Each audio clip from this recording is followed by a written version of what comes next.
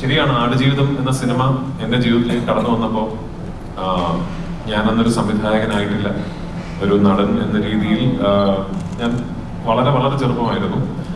അന്ന് ഞാൻ വിവാഹിതനല്ല, ഞാനൊരു അച്ഛനല്ല.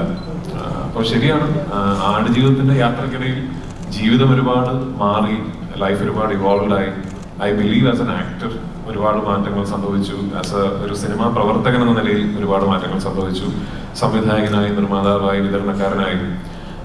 പക്ഷെ എനിക്ക് തോന്നുന്നു ആടുജീവിതം എന്ന സിനിമയുടെ എക്സ്പീരിയൻസ് എന്നെ ഏറ്റവും കൂടുതൽ സ്വാധീനിക്കാൻ പോകുന്നത് ഒരു സിനിമാ നടനോ സംവിധായകനോ നിർമ്മാതാവോ ആയിട്ടല്ല, ഒരു മനുഷ്യൻ എന്ന രീതിയിലാണ്. ആ സ്വാധീനം തീർച്ചയായിട്ടും ഇനി വരും കാലങ്ങളിൽ എൻ്റെ അഭിനയത്തെയും എൻ്റെ സിനിമാ നിരീക്ഷണത്തെയും ജീവിത നിരീക്ഷണത്തെയൊക്കെ സ്വാധീനിച്ചേക്കാം എന്ന് ഞാൻ മനസ്സിലാക്കുന്നു. കാരണം ഇതൊരു ലൈഫ് എക്സ്പീരിയൻസ് ആണ് എന്ന് ഞാൻ കരുതുന്നു.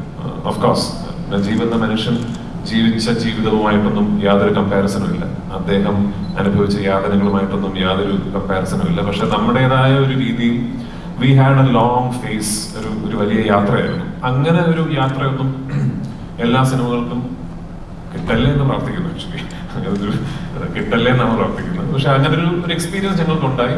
അത് forever in my life I think I will be thankful for it. ഇപ്പോൾ അതെന്തായാലും as I was being part of the experience ഒരുപാട് ദിവസങ്ങളിൽ ചേട്ടൻ ഞാനും ഇതെന്തുകൊണ്ട് എന്തിനിങ്ങനെ എന്ന് ചിന്തിച്ചിട്ടുണ്ടെങ്കിലും ഇന്നിപ്പോ we are all very thankful for the experience and we are all richer as human beings.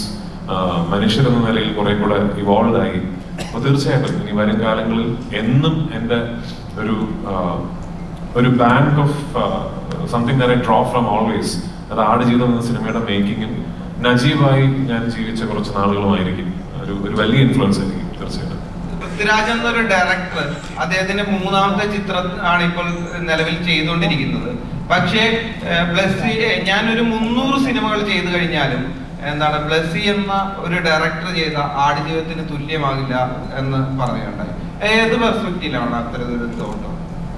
എനിക്കൊരു മൂന്നാമത്തെ സിനിമ സംവിധാനം ചെയ്തുകൊണ്ട് എനിക്ക് തോന്നുന്നു ഞാൻ ഒരു സംവിധായകൻ കൂടിയാണെന്നൊക്കെ പറയാനായി തോന്നുന്നു. അപ്പൊ ആസ് എ ഡയറക്ടർ എനിക്ക് അളവില്ലാത്ത അസൂയുണ്ട് ബ്ലസ്സിനോട്. പക്ഷെ അസൂയോടൊപ്പം തന്നെ ഇതൊരിക്കലും എന്നെ കൊണ്ട് സാധിക്കില്ല എന്നുള്ള പൂർണ്ണ അറിവും എനിക്കുണ്ട്. ഞാൻ പറഞ്ഞ ഈ സിനിമയുടെ ഷൂട്ടിംഗ് തുടങ്ങിക്കഴിഞ്ഞ് നമ്മൾ നേരിടേണ്ടി വന്ന തടസ്സങ്ങൾ മാറ്റി നിർത്തിക്കൊണ്ട് തന്നെ ഈ സിനിമയെ കുറിച്ച് സംസാരിക്കുകയാണെങ്കിലും ഇങ്ങനൊരു ഒരു വിഷൻ പുൾ ഓഫ് ചെയ്യുക എന്ന് പറയുന്നത് ഒട്ടും എളുപ്പമല്ല.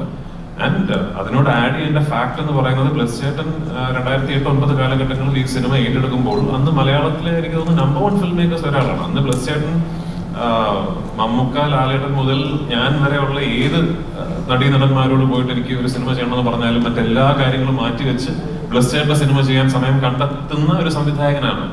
അവിടെ നിന്നാണ് അദ്ദേഹം 15-16 വർഷങ്ങൾ ഒരൊറ്റ സിനിമയ്ക്ക് വേണ്ടി മാറ്റിവെക്കുകയും ഒരു എപ്പിക് വിഷൻ പുൾ ഓഫ് ചെയ്യാൻ അദ്ദേഹം എടുത്ത ബ്ലസ് ചേട്ടൻ ഞാൻ കളിയാക്കി പറയും, കുടുംബത്തിൽ നല്ല കാശുണ്ട് അതുകൊണ്ട് ബ്ലസ് ചേട്ടൻ ടെൻഷൻ ഇല്ല എന്നൊക്കെ ഞാൻ കളിയാക്കി സംസാരിക്കുമെങ്കിലും ദ ഫാക്ട് ഇസ് അതല്ലല്ലോ. ഒരു ഫിലിം മേക്കറെ സംബന്ധിച്ചിടത്തോളം നമുക്ക് സിനിമകൾ ചെയ്യുക, നമ്മുടെ കൂടുതൽ കഥകൾ പറയാൻ സാധിക്കുക എന്ന് പറയുന്നത് തന്നെയാണ് ആത്യന്തികമായിട്ട് നമ്മുടെ ഏറ്റവും വലിയ ത്വര. അതൊരു 16 വർഷക്കാലം മാറ്റിവെച്ച് ഒരു സിനിമയുടെ പുറകെ നിൽക്കുക, ആ സിനിമയ്ക്ക് വേണ്ടി ഒരു ദിവസം പോലും ഒരു കോംപ്രമൈസിലേക്ക് പോകാം, അല്ലെങ്കിൽ ഇനി വേണ്ട, ഇനി എളുപ്പ വഴിയിൽ തീർക്കാം എന്ന് ചിന്തിക്കാതിരിക്കുക എന്ന് പറയുന്നത് എന്നെ കൊണ്ട് സാധിക്കുമെന്ന് എനിക്ക് തോന്നുന്നില്ല. അതുകൊണ്ടാണ് ഞാൻ പറഞ്ഞത്, ഇനി എത്ര സിനിമകൾ ചെയ്താലും ആടുജീവിതം എന്ന് പറയുന്ന ഒരു ബെഞ്ച് മാർക്ക് ഇനി മുതലുള്ള എല്ലാ സംവിധായകർക്കും നടീനടൻ, ഞാൻ പറയുന്നത് ഒരു ആസ്പിറേഷണൽ ആയിട്ടല്ല, ഒരു സംവിധായകൻ ഒരു സിനിമയ്ക്ക് വേണ്ടി, അദ്ദേഹത്തിന്റെ സിനിമയ്ക്ക് വേണ്ടി, അല്ലെങ്കിൽ what A film maker can do for his own vision എന്നതിന്റെ ഒരു അൾട്ടിമേറ്റ് ബെഞ്ച് മാർക്കായിട്ടാണ് ഞാൻ അതിനെ കാണുന്നത്. ഇതിനപ്പുറത്തേക്കൊന്നും ഒരു ഫിലിം മേക്കറിന് തന്റെ ഒരു സിനിമയോട് ഒരു അർപ്പണബോധം ഒന്നും കാണിക്കാൻ പറ്റുമെന്ന് എനിക്ക് തോന്നുന്നില്ല. സിനിമ ഷൂട്ടിംഗ് തുടങ്ങുമ്പോൾ ആഗ്രഹിച്ചിരുന്ന ഈ സിനിമ ഷൂട്ടിംഗ് തുടങ്ങുമ്പോൾ എങ്ങനെ ഷൂട്ട് ചെയ്ത് തീർക്കണമെന്ന് ബ്ലസ് ചേട്ടന് കൃത്യമായ ഒരു പ്ലാൻ ഉണ്ടായിരുന്നു.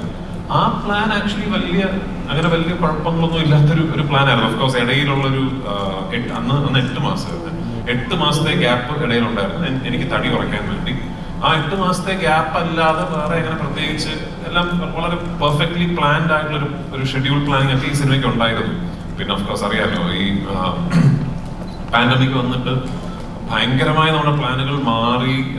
ആ സമയത്ത് ഞങ്ങൾ എപ്പോഴും ആഗ്രഹിച്ചിരുന്നു, ഈശ്വര ഓരോ പ്രാവശ്യം ഷൂട്ട് തുടങ്ങുമ്പോഴും ഇനിയൊരു തടസ്സം ഉണ്ടായല്ലോ, ഇതിങ്ങനെ തീർന്നു കിട്ടണേ എന്ന് എപ്പോഴും ആഗ്രഹിച്ചിരുന്നു. പക്ഷേ എനിക്ക് ഭയങ്കര I am very proud of the fact, ഭയങ്കര അഭിമാനമുള്ള കാര്യം, നമ്മൾ അത്ര ഡെസ്പറേറ്റ് ആയിട്ട് എങ്ങനെയെങ്കിലും തീരണേ എന്ന് പറഞ്ഞ് ഷൂട്ട് ചെയ്യുമ്പോൾ പോലും ഒരു ഷോട്ട് എടുത്ത ദിവസങ്ങളുണ്ട്. ഒരൊറ്റ ഷോട്ട് പറയുന്നില്ല, ഒറ്റ ഷോട്ട് എടുത്ത ദിവസങ്ങളുണ്ട്. അത് സുനില് ബസ് ചേട്ടനും സുനിലും പോയി ക്യാമറ സെറ്റ് ചെയ്ത് മരുഭൂമിയിൽ ഒരു പെർട്ടിക്കുലർ ലൈറ്റ് കണ്ടീഷൻ വരാൻ വേണ്ടി വെയിറ്റ് ചെയ്ത് ഞാൻ മാർക്കിട്ട പൊസിഷനിൽ ചെന്നിരുന്ന് മണിക്കൂറുകളോളം വെയിറ്റ് ചെയ്ത് ഒരു ഷോട്ട് എടുത്തിട്ട് ഇനി ലൈറ്റ് പോയി പാക്കപ്പ് ചെയ്യണം എന്ന് പറഞ്ഞ ദിവസങ്ങൾ ഇത്രയും പ്രശ്നങ്ങൾക്കിടയിലും ഉണ്ടായിട്ടുണ്ട്. അതാണ് ഞാൻ നേരത്തെ പറഞ്ഞത്, അങ്ങനെ ഒരു സിനിമയെന്ന് ഒരു സംവിധായകന് പിന്നെ ഒരു ചെറിയൊരു ഇന്നലെ ഞാൻ വരുന്ന വഴിക്ക് സംസാരിച്ച കാര്യം, ഇപ്പൊ ഈ ട്രെയിലർ കണ്ടപ്പോ എല്ലാവരും വളരെ എടുത്തു പറയുന്ന ഒരു ഷോട്ട് ഉണ്ടല്ലോ, ഒരു ഒട്ടകത്തിന്റെ കണ്ണിൽ എന്റെ റിഫ്ലക്ഷൻ ഒരു മാക്രോ ലെൻസ് ഇട്ട് ഷൂട്ട് ചെയ്ത ഒരു ഷോട്ട്. സുനിലുണ്ട് ഇവിടെ ക്യാമറമാൻ? ഇല്ല, ഓക്കെ. അത് ഒരു സീനിൽ അപ്പൊ പുസ്തകം അറിയാവുന്ന ആൾക്കാരായതുകൊണ്ട് സീനൊക്കെ അപ്പൊ ഞാൻ ഈ മൃഗങ്ങളോട് യാത്ര പറയുന്ന ഒരു സീനുണ്ട്. അപ്പൊ ആ സീൻ ഷൂട്ട് ചെയ്തപ്പോ ഞാൻ ഒട്ടകങ്ങൾക്ക് ഭക്ഷണം ഇട്ട് കൊടുത്തിട്ട്, അപ്പൊ ആ സമയത്ത് ഒട്ടകങ്ങളൊക്കെ നമ്മള് ഹലോ എന്നുള്ള അത്രയും നാളായല്ലോ.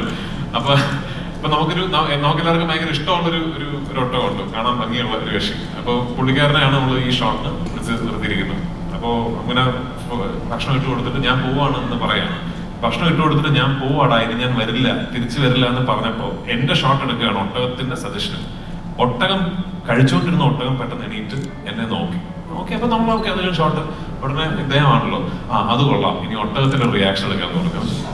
ഞാൻ തമാശ പറയുന്നത് ശരിക്കും, ഒട്ടകത്തിന്റെ റിയാക്ഷൻ ഇത് എവിടെ ഇപ്പുറത്തെ ക്യാമറ വെച്ചിട്ട് എനിക്ക് ഓർമ്മയുണ്ട്, ഒരു ദിവസം വൈകുന്നേരം ഒരു 4-4:30 മണിക്കാണ് എന്റെ ഷോട്ട് എടുത്തത്. അപ്പൊ അതേ സമയത്ത് വേണമല്ലോ ഒട്ടകത്തിന്റെയും ഷോട്ട് എടുക്കാനല്ലേ, ലൈറ്റ് വേറെ ആയിരിക്കും എന്ന് പറഞ്ഞ് എത്രയോ ദിവസങ്ങൾ നമ്മളൊരു 3:30 മണിയാകുമ്പോൾ ഷൂട്ട് നിർത്തിയിട്ട് ക്യാമറയായിട്ട് പോയിട്ട് ഒട്ടകത്തിന്റെ ഷോട്ട് എടുക്കാൻ നിൽക്കും. എനിക്ക് തോന്നുന്നൊരു 7-8 ദിവസങ്ങൾ കഴിഞ്ഞിട്ടാണ് നിങ്ങൾ ഇപ്പൊ കാണുന്ന കണ്ണിലെ റിഫ്ലക്ഷൻ ഷോട്ട് കിട്ടിയിരിക്കുന്നത്. അപ്പൊ അങ്ങനെ ഈ സിനിമ ചിത്രീകരിക്കാൻ സാധിച്ചു എന്ന് പറയുന്നത് എനിക്കൊരു വലിയ ഭാഗ്യവും അഭിമാനവും ഉള്ള കാര്യമായിട്ട് ഞാൻ കരുതുന്നു. അപ്പൊ അത് തീർച്ചയായിട്ടും അത് ഒരു ദിവസമല്ല, ഒരുപാട് ദിവസങ്ങൾ പ്ലസ് ചേട്ടനും ഞാനും വൈകുന്നേരങ്ങളിൽ മരുഭൂമിയിലിരുന്ന് രാജു തീരും എന്ന് സംസാരിച്ചിട്ടുണ്ട്.